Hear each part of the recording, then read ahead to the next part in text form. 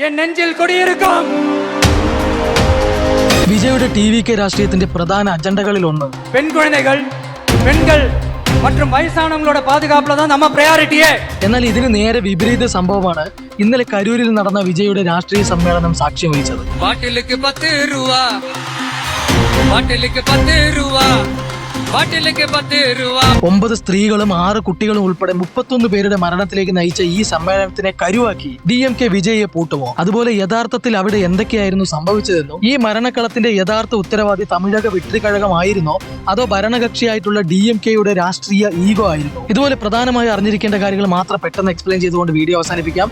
ഇതുപോലുള്ള latest updates daily കിട്ടാനായിട്ട് ഈ ചാനൽ ഇപ്പോൾ തന്നെ സബ്സ്ക്രൈബ് ചെയ്യുക. ആദ്യം തന്നെ അവിടെ സംഭവിച്ച പ്രധാന നാടകീയ രംഗങ്ങൾ എന്തൊക്കെയാണെന്ന് നോക്കാം. 2 മണിക്ക് നടത്തേണ്ടിയിരുന്ന സമ്മേളനത്തിൽ വിജയ് എത്തിയത് തന്നെ വൈകിട്ട് 7 മണിക്കായിരുന്നു.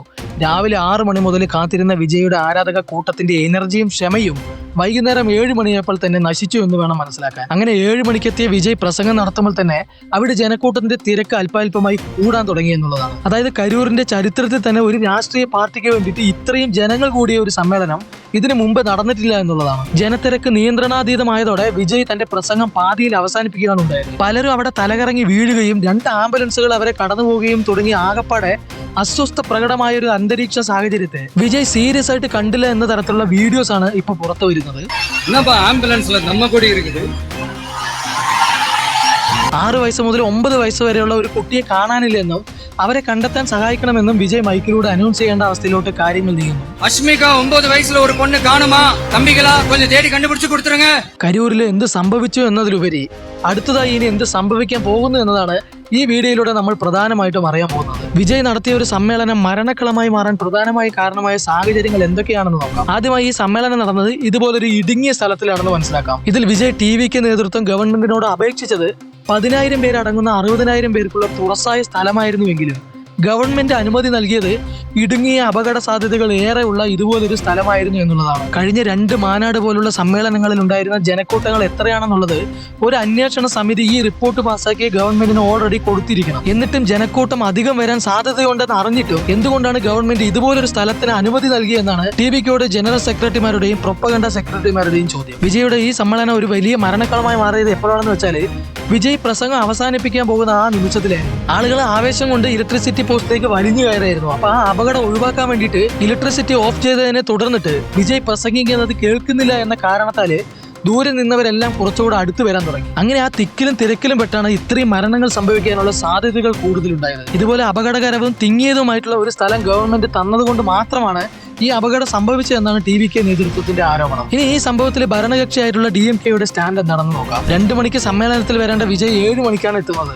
5 മണിക്കൂർ വൈകി വരുന്നത് കൊണ്ട് അവിടെയുള്ളവർക്കെല്ലാം ഭക്ഷണം കിട്ടാതെയും വെള്ളം കിട്ടാതെയും തളർന്നു എന്നുള്ളതാണ്. ഇത്രയും വലിയൊരു ജനക്കൂട്ടം കൂടിയ ശേഷം വിജയ് വൈകി എത്തിയതുകൊണ്ട് പെട്ടെന്നുള്ള കൂട്ടമാണ് ആളുകൾ തിക്കിലും തിരക്കിലും പെടാനുള്ള പ്രധാന കാരണമെന്നും ഇത്രയും വലിയൊരു അപകടത്തിലേക്ക് ചെന്നെത്തിയതെന്നുമാണ് തമിഴക വെട്രിക്കഴകത്തിന് എതിരായി അവർ പറയുന്നത്. കൂടാതെ ഇതിന്റെ ഉത്തരവാദിത്തം ഏറ്റെടുത്ത് വിജയെ അറസ്റ്റ് ചെയ്യണമെന്ന കടുത്ത ആവശ്യങ്ങളും അവർ ഉന്നയിക്കുന്നുണ്ട്. ഒരു ജനക്കൂട്ടത്തെ നിയന്ത്രിക്കാൻ കഴിവില്ലാത്ത ഒരു നേതാവ് ഇങ്ങനെയുള്ള വിവരമില്ലാത്ത ഒരു കൂട്ടത്തെ വിളിച്ചുകൂട്ടിയത് വലിയൊരു പ്രശ്നമാണെന്നും ഇതൊക്കെ ഇങ്ങനെയൊക്കെ തന്നെ നടക്കുമെന്നുള്ള ഒരു കോമൺ സെൻസ് വിജയുടെ ടി.വി.കെ പാർട്ടിക്ക് വേണമായിരുന്നു എന്നും ഇത് ഒരിക്കലും ഒരു അപകടമല്ല മറിച്ച് കൊലപാതകമാണെന്നാണ് ടി.വി.കെക്ക് എതിരെയുള്ള സഖ്യങ്ങളുടെ ആരോപണം. ഇനി ഈ സംഭവങ്ങളെ തുടർന്നുണ്ടായ രാഷ്ട്രീയ ഈഗോകളും അനുശോചനങ്ങളും എന്തൊക്കെയായിരുന്നു നോക്കാം. പ്രധാനമായിട്ടും വിജയുടെ ഭാഗത്ത് നിന്നുണ്ടായ ആദ്യ പ്രതികരണമായ ഈ കാണുന്ന ടെക്സ്റ്റ് ട്വീറ്റ് ആളുകളെ കൂടുതൽ പ്രകോപിതരാക്കുന്നുണ്ട് എന്ന് മനസ്സിലാക്കിയത് കൊണ്ടാവാം മരിച്ചവരുടെ കുടുംബത്തിന് വിജയ് ഗവൺമെന്റ് ഓഫർ ചെയ്തതിലും ഇരട്ടി തുകയായ 20 ലക്ഷം രൂപയും അപകടം പറ്റിയവരുടെ ചികിത്സാ തുകയും ഏറ്റെടുത്തിട്ടുണ്ട്. ഈ സംഭവത്തെ തുടർന്ന് DMKയുടെ അനുഭാവികളും മുൻ മുഖ്യമന്ത്രിയായ സെന്തിൽ ബാലാജിയും എല്ലാം കരൂർ ആശുപത്രിയിലേക്ക് തമ്പടിച്ചിരിക്കുകയാണ്. കൂടാതെ എല്ലാവരെയും ആശ്വസിപ്പിക്കുന്നതും വാഗ്ദാനങ്ങൾ നൽകുന്ന തരത്തിലുള്ള വീഡിയോകളും സോഷ്യൽ മീഡിയയിൽ പ്രചരിക്കുന്നുണ്ട്. കൂടെ തന്നെ അനുശോചന സന്ദേശവുമായിട്ട് പ്രധാനമന്ത്രി നരേന്ദ്രമോദിയും രംഗത്തെത്തിയിട്ടുണ്ട്. ഇതുപോലെ ഏത് പാർട്ടിക്കെതിരെയാണോ വിജയ് സംസാരിച്ചത്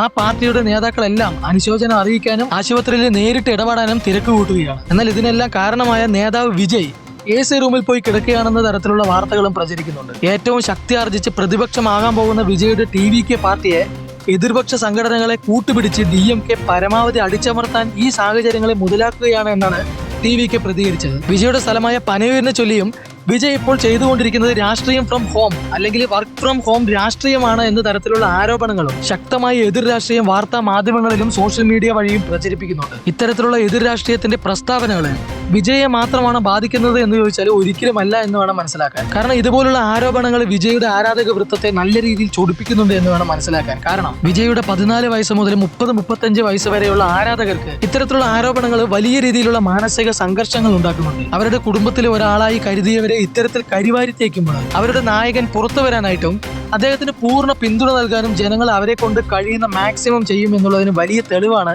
കരൂരിൽ നടന്ന ഈ സംഭവ വികാസങ്ങൾ. തമിഴക വെട്രിക്കഴകം അവരുടെ തിരഞ്ഞെടുപ്പ് പ്രചാരണത്തിന് ഓരോ തവണയും ഇന്ന സ്ഥലം ഞങ്ങൾക്ക് വേണമെന്ന് ആവശ്യപ്പെടുമ്പോൾ മുടന്തൻ ന്യായീകരണങ്ങൾ പറഞ്ഞ് ഭരണകൂടം അതിനെ എതിർക്കാറാണ് പതിവ്. TVKയുടെ ആദ്യകാലം മുതൽ നടന്ന സമ്മേളനത്തിൽ ഉണ്ടായ പ്രശ്നങ്ങൾ, ഉദാഹരണത്തിന് ട്രാഫിക് പോസ്റ്റുകൾ തടഞ്ഞു നിർത്തുന്നത് മുതൽ ആവശ്യമുള്ള സ്ഥലം നൽകാതെ വിടുന്നത് വരെയുള്ള രാഷ്ട്രീയ ഗൂഢാലോചനകൾ വിജയെ അനുകൂലിക്കുന്നവരിൽ വലിയ എതിർപ്പ് സൃഷ്ടിച്ചിട്ടുണ്ടായിരുന്നു. ഇതെല്ലാം TVK ആരാധിക്കുന്ന ആളുകളുടെ മനസ്സിൽ വലിയൊരു പ്രകോപനം സൃഷ്ടിക്കാൻ കാരണമായി എന്നുള്ളതാണ്. ഇത്രയും വലിയ മരണക്കളത്തിലേക്ക് പ്രധാന നേതൃത്വം വഹിച്ച വിജയ് ഇപ്പോൾ AC റൂമിലല്ലേ കിടക്കുന്നത്, എന്തുകൊണ്ട് ഇവിടെ വരുന്നില്ല എന്ന് പറഞ്ഞ് പ്രക്ഷോഭം സൃഷ്ടിക്കുന്ന ഇതേ പാർട്ടി തന്നെയല്ലേ ഈ പ്രശ്നങ്ങളെല്ലാം ഉണ്ടാക്കിയത് എന്നാണ് TVK അനുകൂലികളുടെ ചോദ്യം. അപകടത്തിൽ ഇരയായവരെ വിജയ് ആശുപത്രി ചെന്ന് കണ്ടാൽ വീണ്ടും അവിടെ ജനക്കൂട്ടം കൂടും, എതിർ പാർട്ടിയുടെ പ്രതിഷേധങ്ങളും ആക്രമണങ്ങളും നടക്കും. ഇപ്പോൾ തന്നെ 31 പേര് മരിച്ചു എന്നുള്ളത് തമിഴ്നാടിനെ എത്രത്തോളം ഒരു വലിയ കറുപ്പ് ദിനത്തിലേക്ക് കൊണ്ടുപോകും എന്നുള്ളത് ഇപ്പോഴും വ്യക്തമല്ല. ഇനി വിജയുടെ അറസ്റ്റ് ഉണ്ടാകുമോ എന്ന ചോദ്യത്തിന് ഇതുപോലെ ഒരു സമാന സംഭവം അല്ലു അർജുന്റെ പുഷ്പ 2 റിലീസിന് ഒരു മാളിൽ ഒരാളുടെ മരണത്തിന് കാരണമായപ്പോൾ അല്ലു അർജുനെ അറസ്റ്റ് ചെയ്യുകയുണ്ടായി. ഇതേ അവസ്ഥ വിജയ്ക്ക് നേരിടേണ്ടി വരുമെന്നാണ് പലരും വിലയിരുത്തിയത്. എന്നാൽ ഇതിനെല്ലാം വിപരീതമായി അറസ്റ്റ് ഉണ്ടാവില്ല എന്ന നിലപാടാണ് ഭരണപക്ഷം തീരുമാനിച്ചിരിക്കുന്നത്. കാരണം സ്വാഭാവികമായും ഇപ്പോൾ വിജയെ അറസ്റ്റ് ചെയ്താൽ എമ്പുരാൻ സിനിമയിൽ മഞ്ജു വാര്യർക്ക് കിട്ടിയതുപോലെ തമിഴ് രാഷ്ട്രീയത്തിൽ വിജയ്ക്ക് ഒരു വലിയ മൈലേജ് കിട്ടുമെന്ന ഒരൊറ്റ കാരണത്താല് DMKയും എതിർകക്ഷികളും തൽക്കാലം സംയമനം പാലിച്ചിരിക്കുകയാണ്. മാത്രമല്ല വിജയുടെ വിധി തീരുമാനിക്കൽ ചടങ്ങ് ജനങ്ങളിലേക്ക് വിട്ടുകൊടുത്തിട്ട് തമിഴ്നാട്ടിൽ ഒരു വലിയ രാഷ്ട്രീയ വിപ്ലവം നടക്കാനുള്ള എല്ലാ സാധ്യതകളും എതിർകക്ഷികൾ ഈ തിരൂരിൽ നടന്ന സാഹചര്യങ്ങളെ മുതലെടുക്കുന്നതായി കാണുന്നുണ്ട് എന്ന് മനസ്സിലാക്കുക. അതുകൊണ്ട് തന്നെ വാർത്തകളിൽ ഇപ്പോൾ കാണുന്ന ഈ ദുഃഖങ്ങളും പ്രതിഷേധങ്ങളും 1-2 ദിവസങ്ങൾ കൊണ്ട് തമിഴ് മക്കൾ മറക്കാനുള്ള സാധ്യതകളില്ല. ഇത് വിജയുടെ രാഷ്ട്രീയ ഭാവിയെ നന്നായി പിടിച്ചു ഉലയ്ക്കാൻ സാധ്യതയുള്ള കാര്യമായാണ് വിലയിരുത്തേണ്ടത്. ഈ വിഷയത്തിൽ നിങ്ങളുടെ വിലപ്പെട്ട അഭിപ്രായങ്ങൾ കമന്റ് ബോക്സിൽ അറിയിക്കുക. ഇതുപോലുള്ള ലേറ്റസ്റ്റ് അപ്ഡേറ്റ്സിനായിട്ട് ഈ ചാനൽ ഇപ്പോൾ തന്നെ സബ്സ്ക്രൈബ് ചെയ്യുക. മറ്റൊരു വീഡിയോ കാണുന്നവരേക്കും സ്നേഹപൂർവ്വം ദാസൻ നെന്മാറ.